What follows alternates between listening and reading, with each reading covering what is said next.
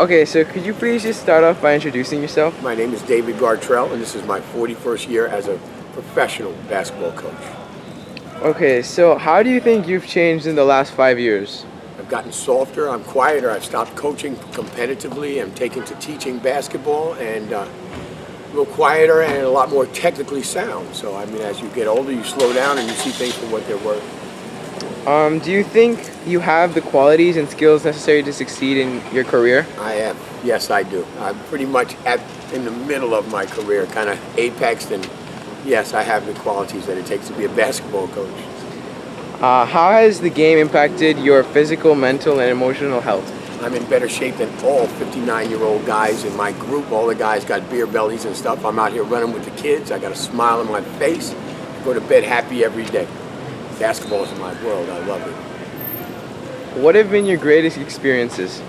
Oh, I got to travel the world. I'm going back to Barcelona in a few weeks. I've been to Barcelona, Haiti, all over the world doing basketball and meeting people, and that's what it's all about, having fun.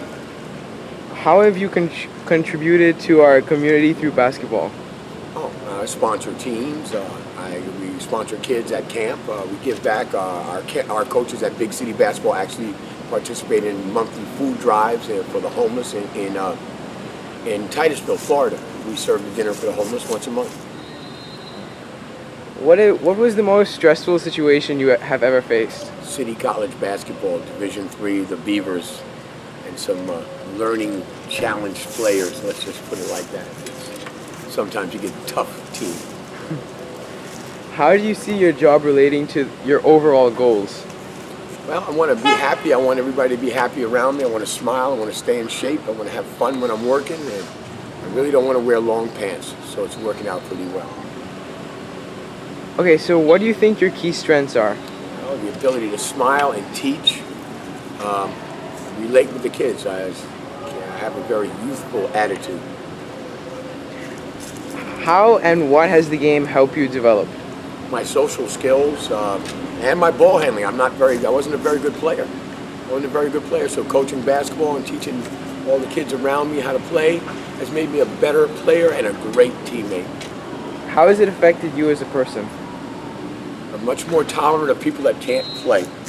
Everybody's not a basketball player, so I've learned that over the last 10 years, but everybody can have fun playing basketball, and that's important to me, that you have fun while you're playing. It really is. How will you be a role model for the players you coach? Oh, if I can leave them with a smile and one or two tidbits of information and stay in touch. I like to stay in touch with some of my favorite players, and they stay in touch with me, and just as long as they remember me when it's time to run, and they run hard and they play hard, that's the legacy. What is the most effective way to teach basketball? In sound bites, quick, small pieces of information, just like this. Do you think the promise of big money and celebrity is ruining basketball as a game? Absolutely. We got kids in this gym right now dressed like they can play, and they're spending hundreds of dollars on gear. They can't play. They need to learn how to play. My sneakers cost $25, and they work just as well as those new KDs and all that stuff. My children don't wear sneakers that cost more than $50 until they make the team. What is the most important lesson you have learned in all your years of coaching basketball? It's a game. It's a game. We're going to play again tomorrow. It's a game. Have fun. It's a game. Why do you coach basketball, and how long have you been coaching for? It's my 41st season, and I coach basketball because I'm good at it. I'm an excellent football player, but I can't coach it. So those who can do, and those who can't coach. And I can't really play, so I coach. Any regrets about being a coach? Didn't start soon enough. Should have probably concentrated more on it when I was early in my career, and probably would have made it all the way to an NBA bench as opposed to an NBA sideline.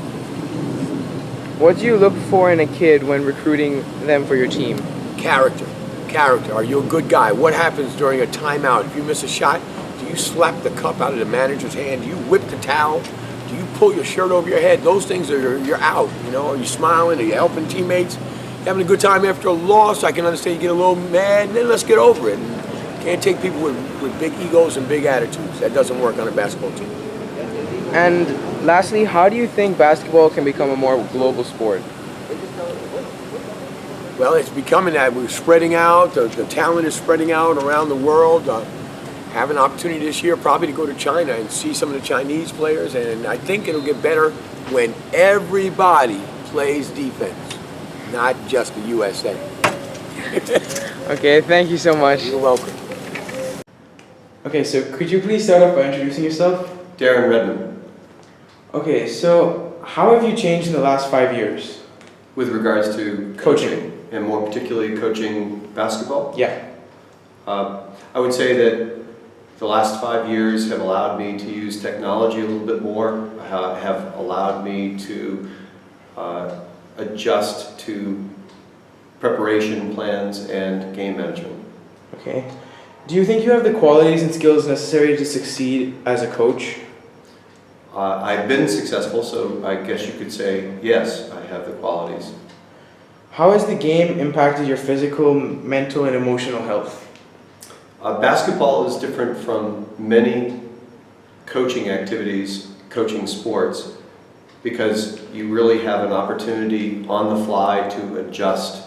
So not only are you preparing players to be at their best before a game begins, you have a great deal to do during the game and even making adjustments at halftime and working with your student athletes. So from a mental point of view, there's a great deal going on that you have to stay on top of, which also means you have to be physically fit. It's important to be physically fit, not just to role model that which you hope your student athletes will do, but you also have to stay within your comfort zone so you don't wash out any earlier than you normally would through age.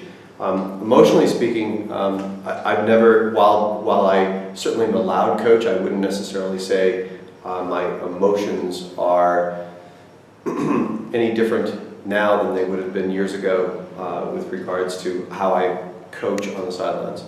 Okay. What have been your greatest experiences?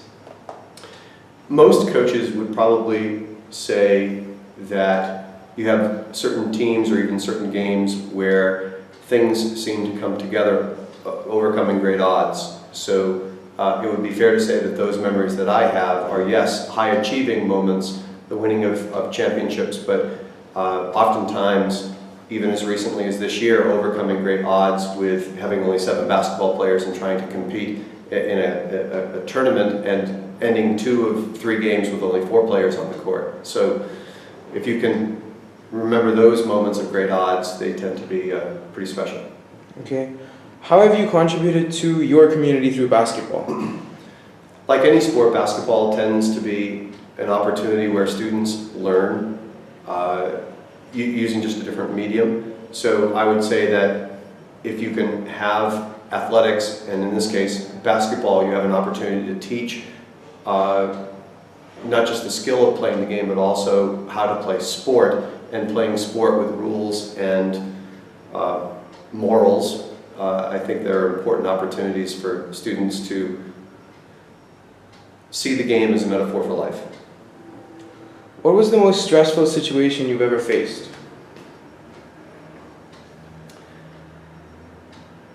When coaching basketball, I would say that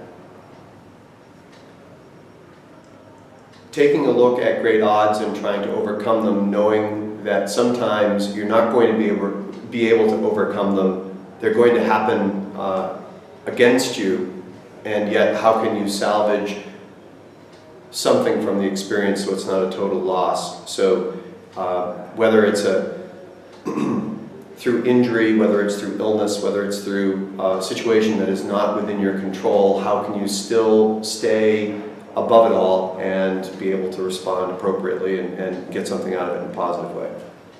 How do you see coaching relating to your overall goals? I'm assuming by overall goals you mean goals as a person, goals as a professional, Yeah. be it as a coach or any place else. Athletics are great. That is to say, it's the physical part of learning. So while I would say I'm an English teacher, I'm also an English coach. I learn how to break down a student's skills to the point where he can achieve or she can achieve in the English classroom just as often as I would on the athletic field or on the basketball court. So those are things that you learn. It's helpful in both ways. What do you believe your key strengths are? I'm a pretty emotional person. That is to say, I, having been an athlete myself and also care a great deal about the outcome of a certain thing, I oftentimes display the same passion as a coach as I would hope my players would as they are on the court. So understanding the athlete, being able to think a couple of steps ahead for him or for her, I'm quite proud of the fact that I can show that same passion at the same time they do. What does the game help you develop? You have to be organized. You have to prepare yourself well for the event, and then you have to have the ability to make changes if necessary. So again, as an example, when you're down players and you have to make adjustments on the fly and you're asking someone to take on a responsibility that he or she hasn't practiced, you really have to give them something to work with, and that's an important skill, adjustment for life, let alone on the basketball court. Okay, how has basketball affected you as a person?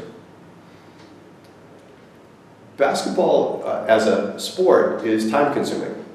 So while I no longer play, I coach, and for me to be able to coach still takes time, still takes discipline, still takes the need to contribute in a meaningful way. So I think that it's fair to say that I develop differently, not always the same physically, but differently in terms of participating. Okay. What advice would you give to young basketball players? I see two types of basketball players. One type would be they do nothing but basketball 24/7. So that kind of student athlete needs to do other things besides basketball to develop his or her motor skills, and you got to get out of the gym as opposed to staying in the gym and that's all that you do, and through repetition you actually tear down your body, which is not a very helpful thing. Conversely, there are some students for whom basketball is a hobby and they pick it up once or twice a week and they expect to play well, and that's just an unreasonable goal. So for them, they need to get in the gym and they need to actually work on their bodies, they need to work on their skills with or without the basketball and make themselves better players. How will you be a role model for the players you coach? Honesty is a pretty important thing, so if you were to ask me to be somewhere, I'm going to be there and probably early. If I'm committed to a group, I'll stay committed to that group until whatever the end outcome is. Hopefully that's a skill or that's a role model that student athletes will pick up as well. What is the most effective way to teach basketball?